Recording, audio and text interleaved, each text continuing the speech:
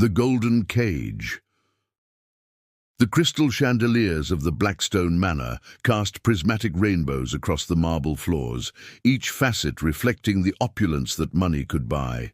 Marcus Blackstone adjusted his platinum cufflinks for the third time in 5 minutes, his steel-grey eyes surveying the controlled chaos of his wedding preparation. At 35, he had built a technology empire that rivaled the giants. And today he was marrying Victoria Sterling, the daughter of old money and older traditions. "Everything looks perfect, sir," Thomas murmured, appearing at his elbow with the practiced invisibility of a man who had served the Blackstone family for over a decade. The silver-haired assistant's weathered face showed no emotion, but Marcus caught the slight tightening around his eyes. Marcus nodded, though something gnawed at his chest, a restlessness that champagne and congratulations couldn't settle. Through the floor-to-ceiling windows, he watched the last of the sunset paint the sky in shades of gold and amber. 300 guests filled his estate's gardens, their laughter mixing with the string quartet's melody. Senators, CEOs, and celebrities had all come to witness what the society pages were calling the wedding of the decade. Victoria glided toward him in her custom Parisian gown, every inch the perfect bride. Her blonde hair was swept into an elegant chignon, and her grandmother's diamonds caught the light at her throat. She was beautiful, accomplished, and everything a man of his position should want. "You look like you're attending a board meeting rather than your own wedding," she teased, though her smile didn't quite reach her blue eyes. "Having second thoughts?" "Never," Marcus replied automatically, taking her hand and pressing it to his lips. But even as he said it, he wondered if he was trying to convince her or himself. The ceremony had been flawless. Victoria's father, Judge Sterling, had officiated with the dignity befitting his position, and Marcus had spoken his vows with the same confidence he brought to billion-dollar deals. Yet as the reception began and guests raised their glasses, in toast after toast, he found his mind wandering to memories he thought he'd buried. 7 years. 7 years since Sophia Chen had walked out of his life after that terrible fight, taking with her the only woman he'd ever truly loved. He'd built his empire partly to prove he could succeed without her, partly to fill the void she'd left behind. "Mr. Blackstone?" Thomas appeared beside him again, but this time his composure had cracked slightly. The older man's hands trembled almost imperceptibly as he leaned closer. "Sir, we have a situation at the main entrance." Marcus set down his champagne flute, immediately alert. Thomas had handled everything from hostile takeovers to paparazzi invasions without breaking a sweat. "What kind of situation?" "A woman has arrived, sir. She says she knows you and she's—" Thomas paused, clearly struggling with his words. "She's brought a child with her. A little girl who, well, sir, she bears a remarkable resemblance to you." The blood drained from Marcus's face. Around them, the party continued in blissful ignorance, guests dancing, laughing, celebrating his new beginning. But Marcus felt as if the ground beneath his feet had suddenly shifted, revealing an abyss he hadn't known existed. "What's the woman's name?" he asked, though part of him already knew. "Sophia Chen, sir. She's quite insistent about seeing you, though she seems nervous. The child appears to be around 6 or 7 years old, and, sir—" Thomas met his eyes. "The resemblance is quite unmistakable." Marcus gripped the balcony railing, his knuckles turning white. 7 years ago, he and Sophia had shared one last night together before their relationship imploded in accusations and misunderstandings. Could it be possible? Had she been carrying his child when she disappeared from his life? "Where are they now?" he managed. "I've asked them to wait in the blue sitting room, away from the guests. I thought it best to consult with you first."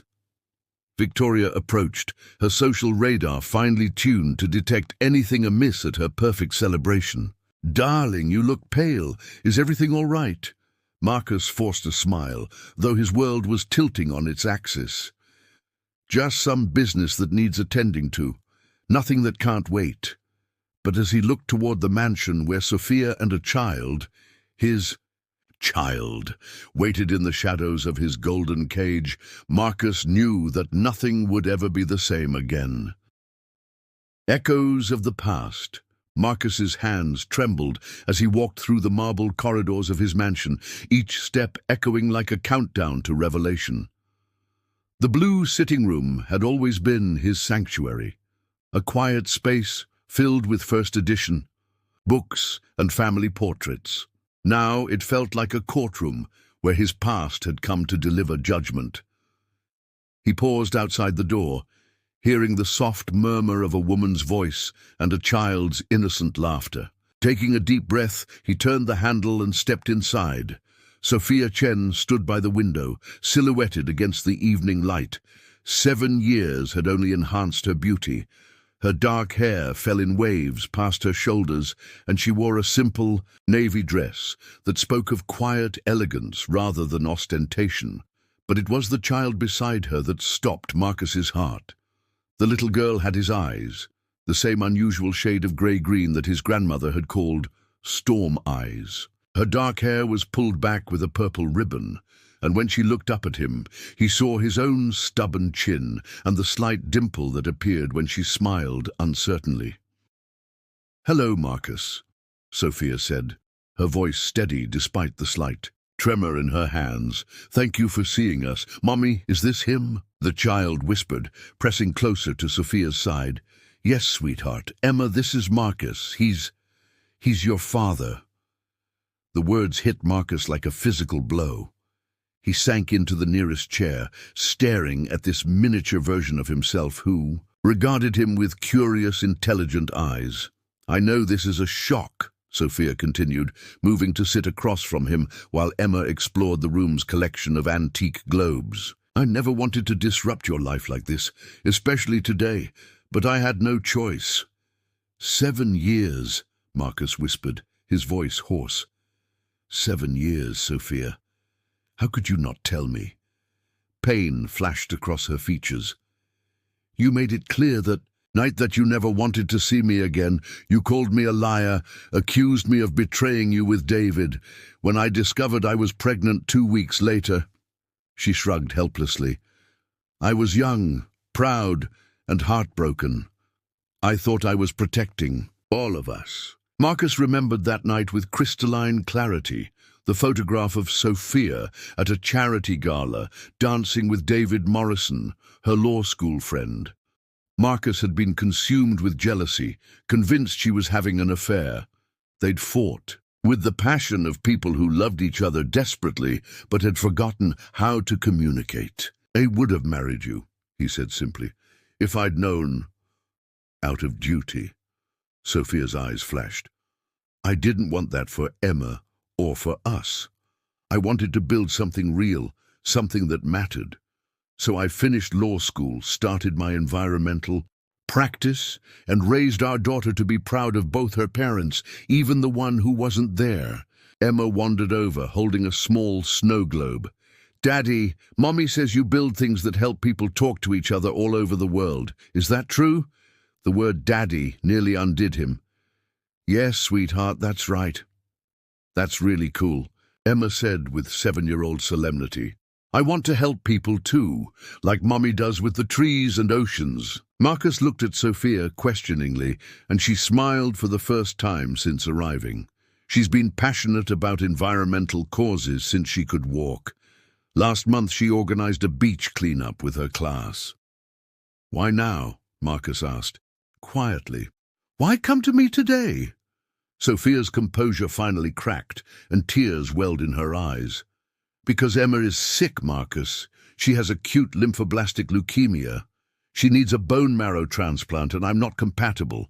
Neither are any of her cousins or my extended family. The doctors say a biological parent offers the best chance for a match." The room seemed to tilt around him. Marcus gripped the arms of his chair, fighting waves of terror and guilt.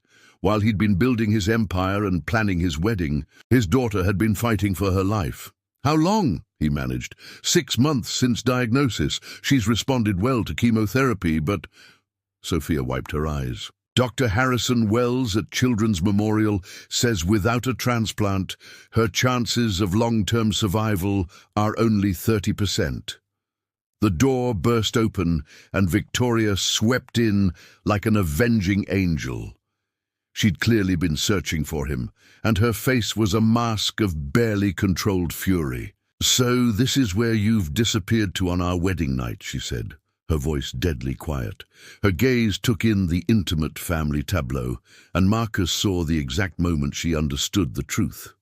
"Victoria, I can explain," Marcus began. But she cut him off with a sharp laugh. "Explain? You've invited your ex-girlfriend to our wedding, and she's brought your secret child?" "What exactly is there to explain, Marcus?" Emma looked between the adults with growing alarm, sensing the tension even if she didn't understand it.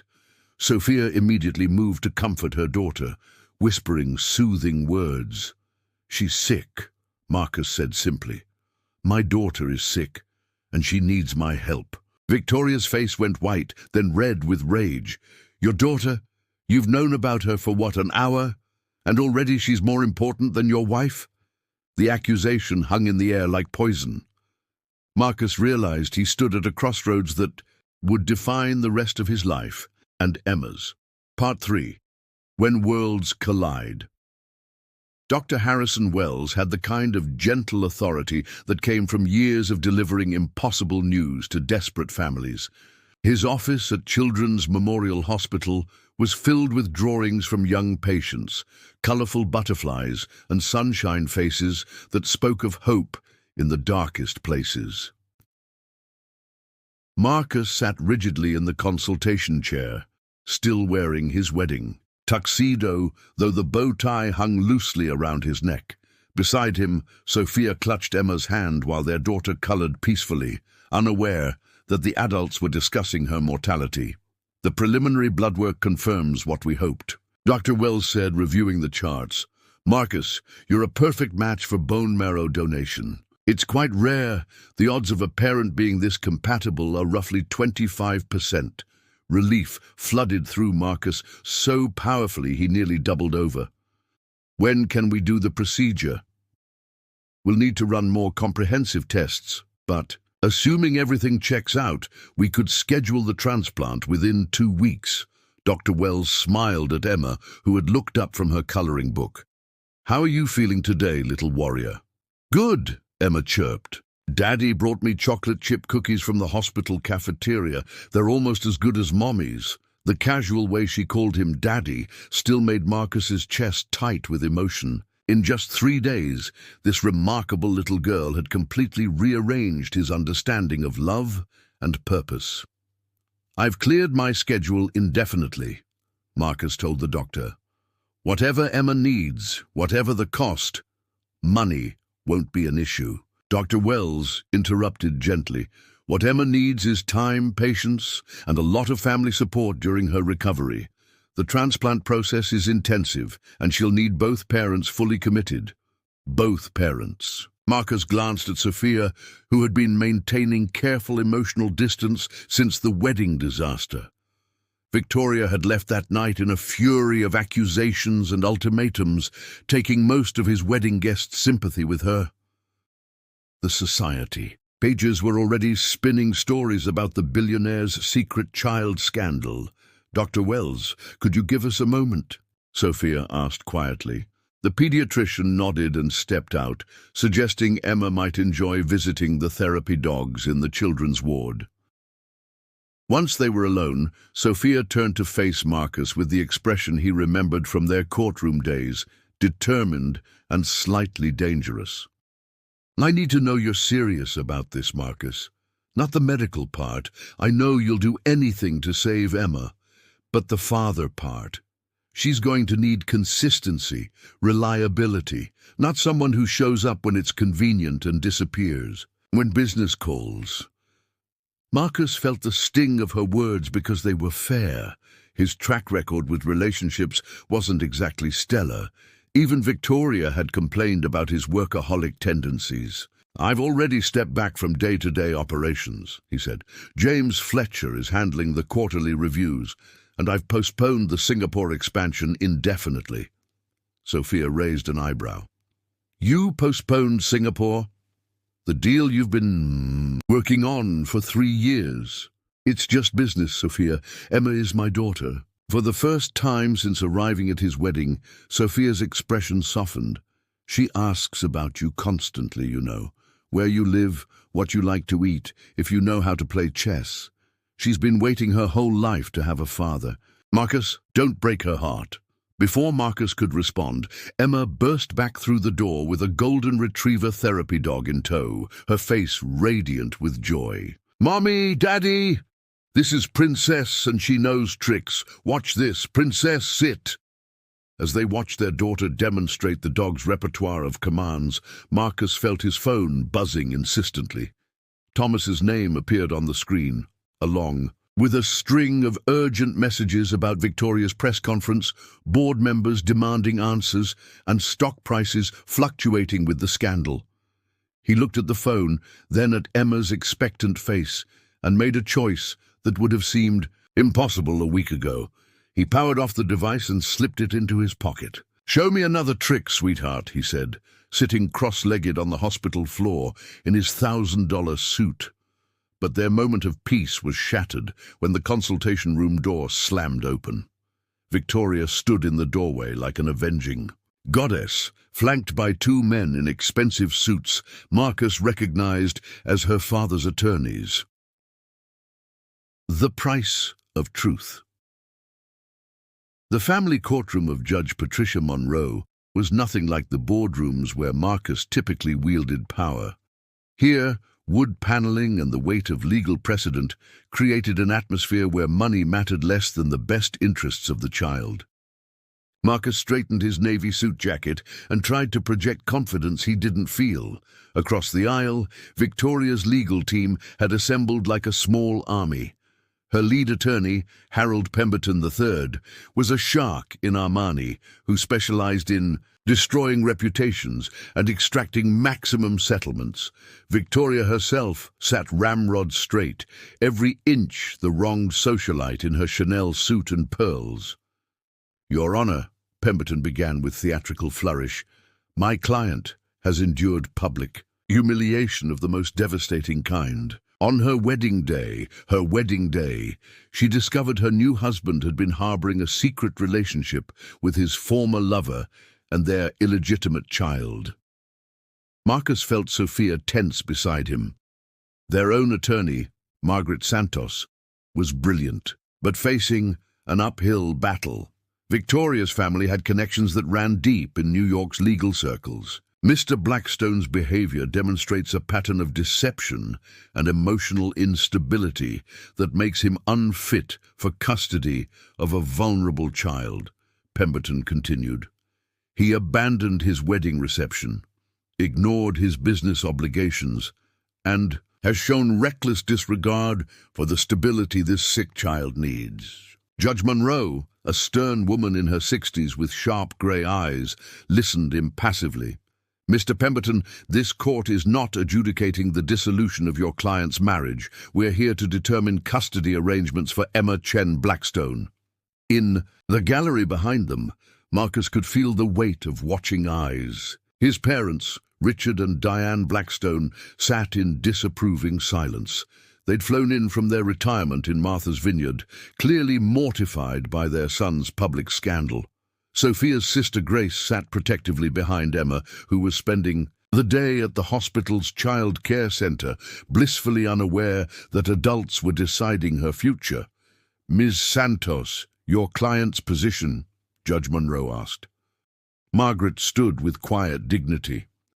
"Your Honor, Marcus Blackstone only recently discovered his daughter's existence, and he has immediately stepped up to provide both medical and emotional support. Emma needs life-saving treatment that only her biological father can provide.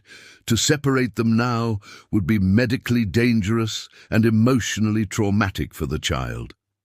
"This man is a stranger to this child," Pemberton objected. "A wealthy stranger who thinks he can buy his way into fatherhood after 7 years of absence. The child has a stable home with her mother. Mr. Blackstone's presence is disruptive and unnecessary beyond his medical contribution." Marcus gripped his chair arms, fighting the urge to stand and defend himself, but Margaret had coached him well. Family court was about demonstrating stability, not passion. Judge Monroe called for a brief recess, and Marcus found himself face to face with his parents in the corridor. His father, Richard, still carried himself like the military officer he'd once been, while his mother, Diane, looked as if she'd aged years in the past week. "This is a disaster, Marcus," Richard said without preamble. "The board is in chaos stock. Prices are volatile, and now you're fighting for custody of a child you knew nothing about until last week." "She's your granddaughter," Marcus replied firmly. "Her name is Emma, and she's brilliant, funny, and fighting leukemia with more courage than most adults possess." Diane stepped forward, her eyes glistening with unshed tears. "We know that, sweetheart. Grace showed us the pictures on her phone. She's beautiful, and she looks just like you did at that age." Her voice softened. "But are you prepared for what this means? Custody battles, media scrutiny, splitting your time between a sick child and your responsibilities?" "My responsibilities are to Emma now," Marcus said without hesitation. "Everything else is just details." When court reconvened, Margaret called Sophia to the stand. Under gentle questioning, she painted a picture of a devoted mother who had raised Emma alone, but always spoke positively about her absent father. "I never told Emma that Marcus had abandoned us," Sophia testified. "I told her that her father was a busy man who lived far away, but loved her very much. When she was diagnosed, I knew I had to swallow my pride and contact him for her sake." Pemberton's cross-examination was brutal. He painted Sophia as a vindictive ex-lover who had kept a child from her father out of spite, only revealing Emma's existence when it suited her needs. "Isn't it true, Ms. Chen, that you deliberately concealed this child's existence to punish Mr. Blackstone for ending your relationship?" "No," Sophia replied steadily. "I concealed Emma's existence to protect her from a man who had accused me of infidelity and made it clear he never wanted to see me again." "But you were willing to use this child as leverage when you needed money for her medical treatment," Margaret objected before Sophia could answer, but the damage was done. Pemberton was masterfully planting seeds of doubt about everyone's motives. The afternoon brought testimony from Dr. Wells about Emma's medical needs and the critical nature of the timing for her transplant. Then Marcus was called to the stand. Under Margaret's questioning, he spoke about discovering Emma's existence, his immediate commitment to her medical care, and his growing love for the daughter he'd never known he had. "In 1 week," he testified, "Emma has become the most important person in my life. I've restructured my entire business to accommodate her needs, and I'm prepared to do whatever it takes to be the father she deserves." But Pemberton's cross-examination was devastating. He methodically exposed every aspect of Marcus's life that suggested instability: his workaholic tendencies, his failed engagement to Victoria, his history of short-term relationships. "Isn't it true, Mr. Blackstone, that you've never maintained a romantic relationship lasting longer than 2 years?" "That's correct. And isn't it true that you regularly work 80-hour weeks and travel internationally for months at a time?" "I did, but I've changed in 1 week. You expect this court to believe that a man who has spent his entire adult life prioritizing business over relationships has suddenly transformed into devoted father material?" Marcus felt the walls closing in. Everything Pemberton said was factually accurate, even if it didn't capture the complete truth of how Emma had changed him. Judge Monroe called for a final recess before rendering her decision. In the hallway, Margaret tried to prepare Marcus for the possibility of limited visitation rights. "The judge has to consider Emma's best interests," she said gently. "That might mean primary custody stays with Sophia, with you having regular visitation and, of course, full medical decision-making authority." "That's not enough," Marcus said desperately. "I can't be a part-time father to a child who might not have much time left." When they returned to the courtroom, Judge Monroe looked grave. "This case presents unique challenges. We have a child with critical medical needs, a mother who has provided stability for 7 years, and a father who has only recently entered the picture but is essential for the child's survival." She paused, looking directly at both parents. "Therefore, I'm ordering joint custody with a highly structured arrangement. Emma will continue living primarily with her mother, but Mr. Blackstone will have extensive visitation rights and equal decision-making authority regarding medical care. Both parents will attend mandatory family counseling to ensure they can co-parent effectively during Emma's treatment and recovery." It wasn't everything Marcus had hoped for, but it was enough. As the courtroom cleared, he found himself standing next to Sophia in the corridor. "We can make this work," he said quietly. "For Emma." Sophia nodded, exhaustion clear in her eyes. "We have to. She's counting on us." Neither of them noticed Victoria, watching from the shadows, her face a mask of cold calculation. The custody battle might be over, but her war with Marcus Blackstone was just beginning. Part 5. New Beginnings. 6 months later, Marcus stood in the corridor of Children's Memorial Hospital, holding 2 cups of coffee that had long since grown cold. Through the window of Emma's room, he could see his daughter sitting up in bed, her hair finally growing back in soft brown curls after the successful bone marrow transplant. She was showing Sophia something on her tablet, both of them laughing at whatever story or video had captured Emma's attention. The transformation in his life had been complete and irreversible. The man who once measured success in quarterly profits now marked time by Emma's blood counts and energy levels. His corner office had been replaced by hospital waiting rooms, board meetings traded for bedtime stories, and the approval of shareholders exchanged for the pure joy in his daughter's eyes when she saw him each morning.